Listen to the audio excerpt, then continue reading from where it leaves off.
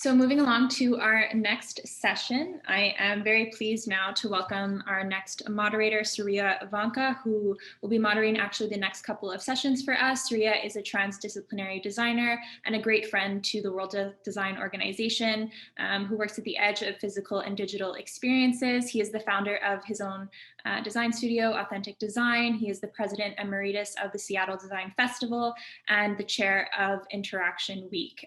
Surya was director of user experience at Microsoft and is a tenured professor of design at the University of Illinois. So welcome, Surya. Thank you so much for taking the time to join us today. I think I'll leave it to you now to introduce our next speaker. Super. Thank you, Sarah. Thank you. So good to be here. So good to be here.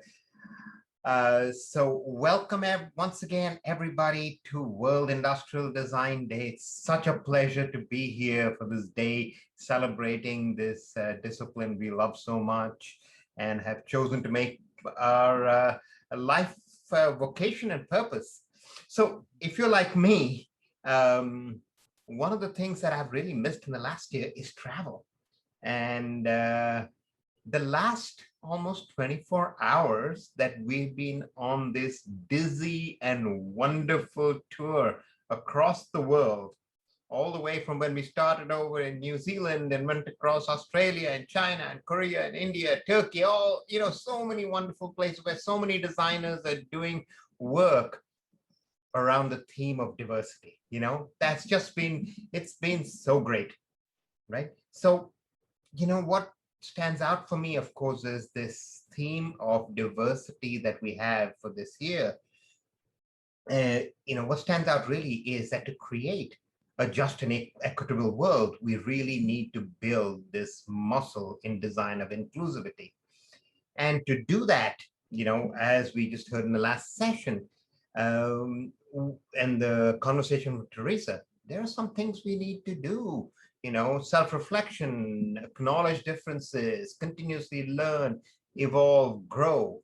And so what's also emerging is, as we're trying to build a just and equitable world, we have to acknowledge diversity, and we also have to think about how we diversify within the design discipline. What are all those things, not only about diversity in the world, but our own diversity within our discipline?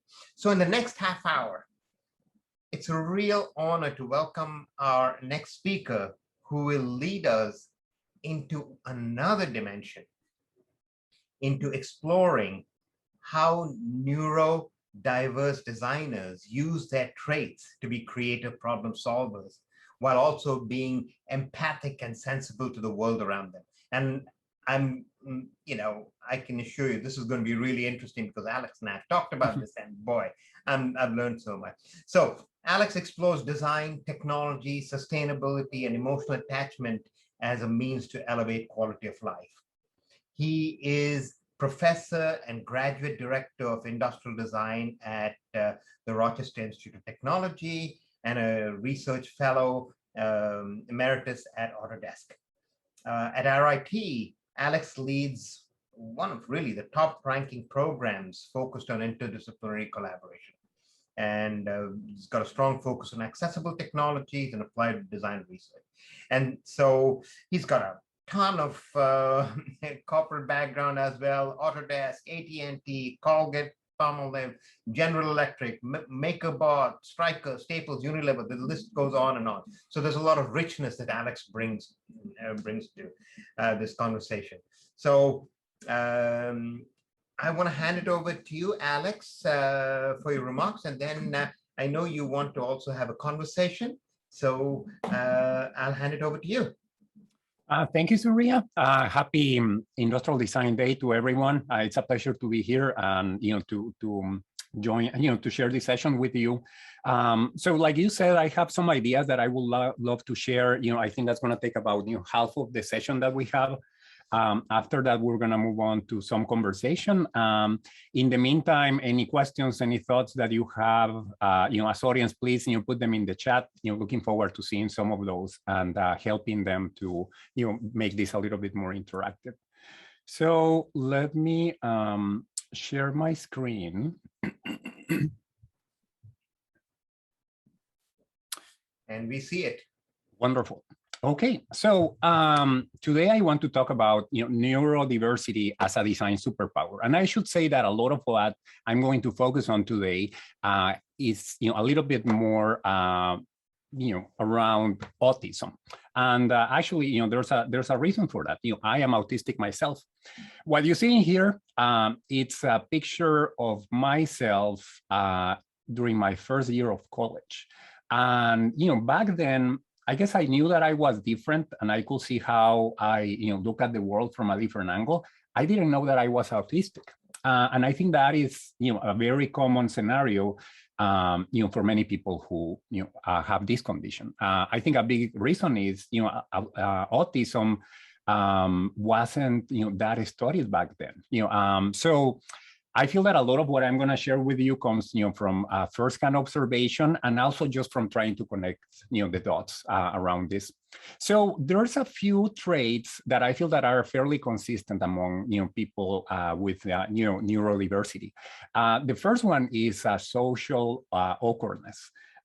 So, the faces that you see here on screen are actually part of a study that was done in the 60s. The idea was to ask people to make different facial expressions, and then having other people to look at them and understand what the emotions were behind those expressions. So for people with autism, this is a huge challenge, and I will say that it's a huge challenge at two levels. The first one is that many times you see these faces, you know that they're doing different things or expressing different emotions. You don't necessarily know what those emotions are. So that's one layer that you need to figure out. The second one is, once you figure it out, what do you do with that? How do you approach a person that is in a certain emotional state? So that's a big challenge that I think is fairly consistent with people that are neurodiverse. Another one is time management. And actually, I think that as designers, we definitely relate to this, big dreams, focusing on very cool parts of a design. And then before we know it, the deadline is here. And, we do whatever we can to finish a project, but definitely the workload wasn't spread it out as we were hoping to be. Another challenge that I see is flexibility, and flexibility can come in a lot of flavors. People with autism tend to be a little bit rigid. In this case, as you can see by the images, I'm focusing on visual, flexibility or rigidity, depending on how you are looking at this. For many people, seeing these, situations like this on the street, doesn't mean a lot, and they can get over it very quickly. For someone with autism, many times you actually need to stop and do something about it. And that can become quite a challenge depending on the situations that you are. The last trait that I want to talk about, I call it hidden challenges, but something that I think it's important to remember is that, neurodiversity is a trait that is not visible, just from glancing at someone. Versus some other type of physical conditions. So in this case, I feel that many times the traits that we have, whether it's anxiety or rigidity, et cetera, they tend to be misinterpreted by other people because we don't have additional elements in our bodies that explain some of the challenges that we might be going through. So with all of these ideas in mind, the last several months, I've been doing a lot of, work, looking at how design and neurodiversity connect. And, the good news is that there's a lot of work that happens, to address, neurodiversity from a design standpoint. Let me show you a few examples that I found that are very interesting. This is a chair that was designed for, for autistic people. There's a couple of things that are very cool about this. The first one is that, it has a cover that, can be easily, put on or taken off, depending on how much, individual space someone needs, but it doesn't in a way that it's very whimsical. So it doesn't necessarily come across as odd. And the other aspect that I see that it's interesting is that the seat of the chair is very flexible. It allows you to move a lot, in case that you need some fidgeting when if you're trying to pay attention or having a conversation, but it happens in a very natural way. This is a font that was designed for dyslexia. So as you can see, the thickness of the letters changes, and that allows you to focus on the characters and pay attention to them as you are reading, anything. So it actually creates a very natural way of helping you to focus on the right characters. This is another example that I love. This is a children's hospital in South Carolina that used a lot of very interesting, very elegant, sensorial inputs to help someone navigate. You can imagine, the challenges or the stress of being in a medical center. So they use textures, they use colors in a way that's very vibrant, but at the same time, very calm. You can see that there's a lot of focus on individual spaces, on soft lines, and all of this helps, someone to feel a lot more relaxed. So when you look at all of these elements together, there's a few key factors that definitely make a difference when helping someone with autism or other type of similar neurodiversity.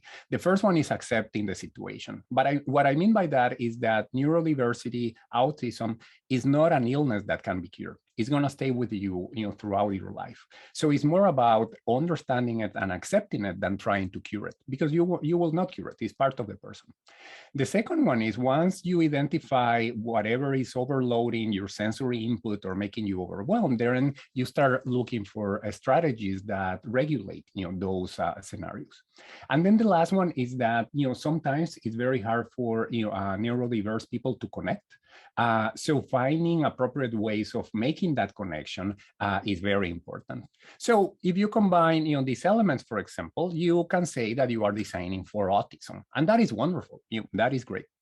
Now, what happened as I was looking into this is that I realized, well, I love to design for autism, but I'm autistic myself. So how does that change, the dynamic? This is an image of a design studio. So I'm guessing that this, environment looks very familiar to many of us. It can be quite overwhelming. And many times, I'm guessing that some, of the audience will resonate with this. Like, you feel overwhelmed, you don't really know what's going on. It's a hectic environment. There's a lot of dynamics that you don't quite understand. So there's definitely, some, challenges that happen here. So what I was telling you, is that as I was looking at guidelines that connect autism and design, I realized that there's a lot of focus on designing for autism to help other people. But what happens when you are autistic yourself and you need to have some strategies that help you, to be a more successful designer? So this is where I'm shifting the focus a little bit, going from design for autism to design with autism. If you think about the way that we help someone with autism, all that we need to do as an autistic designer or a neurodiverse designer is put a mirror in front of us. We need to advocate for ourselves. What I mean is that, these ideas of accepting, regulating, connecting, we need to apply them to ourselves, and we need to look for opportunities. We need to look for strategies that help us to navigate through these scenarios. That is the key element, especially when you are thinking about, designer, someone that already has a profession and is going to work. You need to take care of yourself a lot more. So what I'm saying is that a lot of the traits that are typical of neurodiverse people can actually be superior design skills when we are able to nurture them in an appropriate way. So I want to focus on 3 of those traits, to illustrate, what I'm thinking about in here. So the first one is hyperfocus. What I mean by that is that, people that are neurodiverse, autistic in particular, they tend to zoom into details, and they can spend figuring, endless amounts of time figuring out those details. So when you think about that as a design, trait, that is wonderful. That makes for a very good designer when you can go and execute, every detail at a very high level. So that, can become a design superpower. There's some challenges that actually help, with this. What I mean is, a lot of people talk about how, autistic people have very narrow interests. Again, that aligns with hyperfocus. So it's a matter of taking advantage of those, narrow interests that someone has so that they can excel at, developing and exploring and playing with them.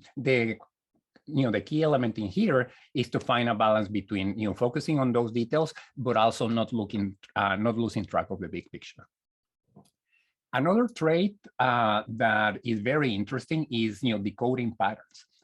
There's a lot of studies that actually say that neurodiverse people are highly creative people. And a big reason why this is said is because they make novel connections. They make connections that are not that obvious or intuitive to, other people that are more neurotypical. So what I see in here, and this is my personal observation, when I see a problem in front of me, the first thing that I want to do is to dissect it. And what I realized over time is that I need to dissect it because it's very hard for me to understand it as a whole. But if I break it down into smaller pieces, then they are more manageable. I understand why they happen, or why is it that I need to do something about them. So then when I start putting them back together, it's a lot easier for me to find solutions for them. It's also a lot easier for me to teach them or to share them with students in this case, for example, or to share them with team members if I'm working in a team project. An example of this is this chair, that I designed not too long ago. By the way, a lot of the slides that you see with images are products that I've designed throughout my career. But one area that I love using is technology. And the way that this chair came to be is using a tool called generative design. So the metal structure that you see in there, I set up the goals and the guidelines, but I didn't design it. I had a computer design it. The key element in here was that I needed to be very logical about it. What are the areas that need to be supported? Like how much weight does a chair need to hold, so that it can support someone sitting on it, et cetera, et cetera. Once I gave all of these parameters to the computer, the computer started generating shapes and frames that were very interesting to me. There's no way that I would have designed a frame like that myself. So that's where I started using these ideas of connecting logic and moving it to a space, that allows me to be more creative.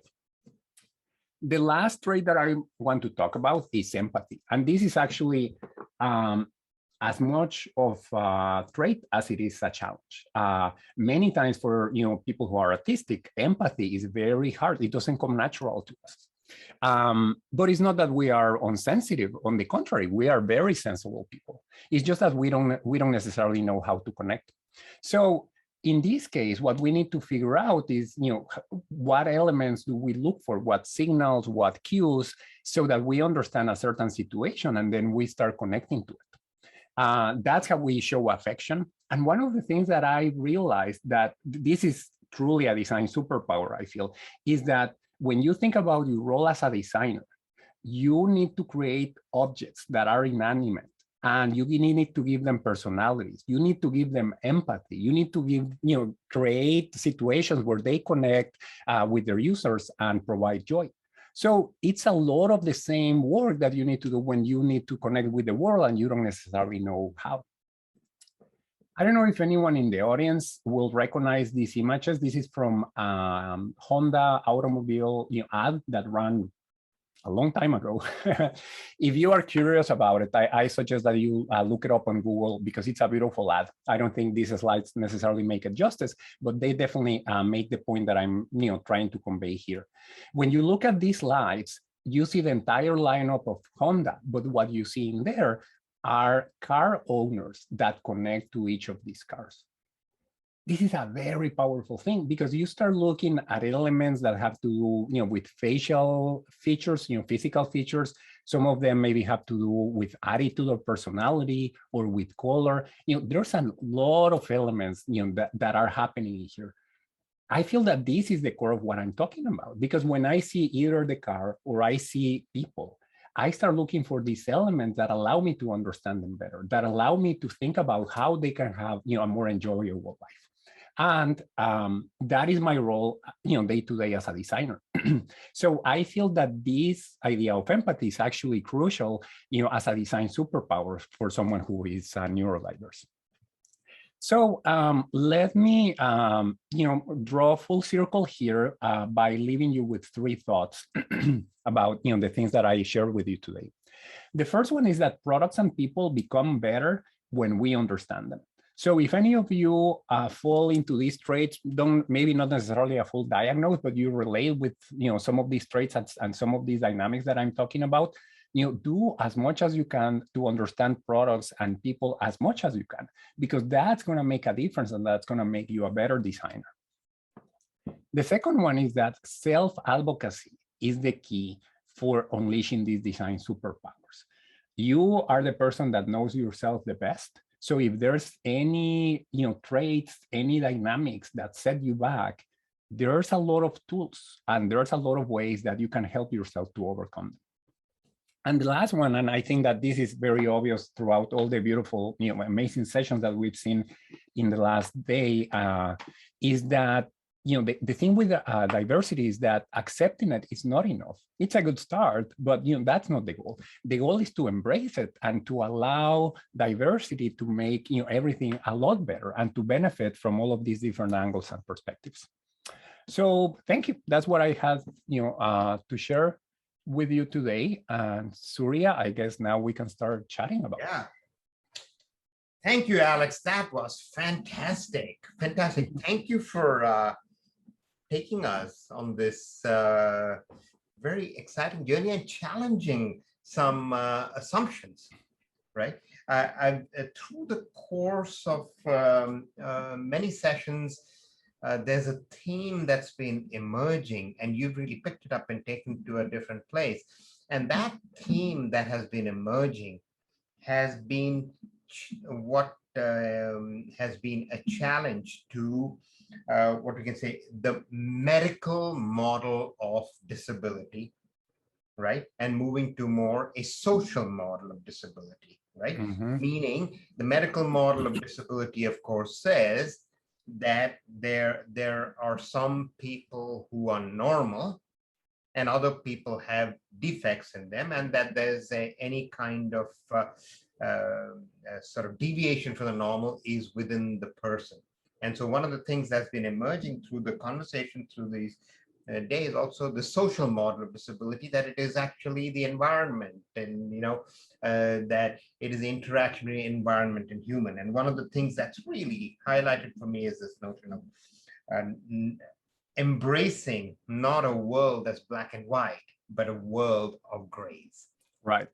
I love that you're picking on that. And it's so funny that you're actually using that metaphor, because that is so common when you are describing autism, because basically autistic people tend to see things very black and white. Right. And that makes you comfortable because it's certain. Anything that's in the middle, anything that's gray, you don't know what to do with it.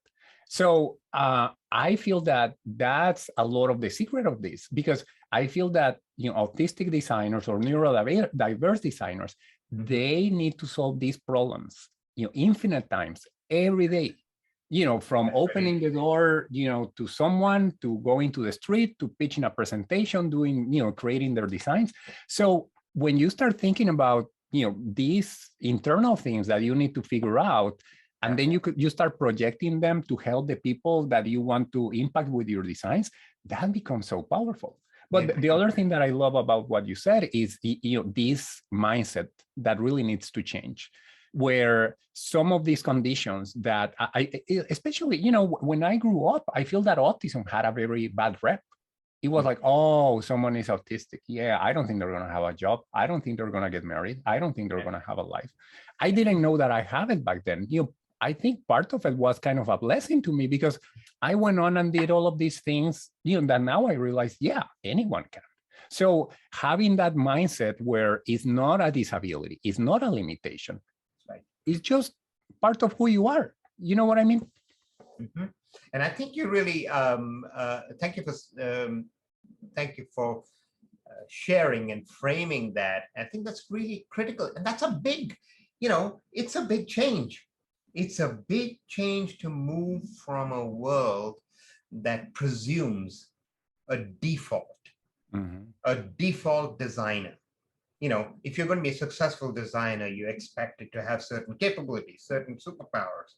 And sometimes there is not room enough to realize that you can be multiple different kinds of designers, and you just bring different kinds of superpowers to the to play, right? Right. And so I really like as you're speaking through that really came out, and particularly when you're talking about the 3 points, including the very powerful one about how do we not just embrace this, but how do we celebrate this? What's the opportunity in that? So that's really wonderful. So I have a question for you. And Sure. the question is, one of the things that of course happens as, you're showing through your work and through your conversation is you're challenging in some ways the normal design process, right?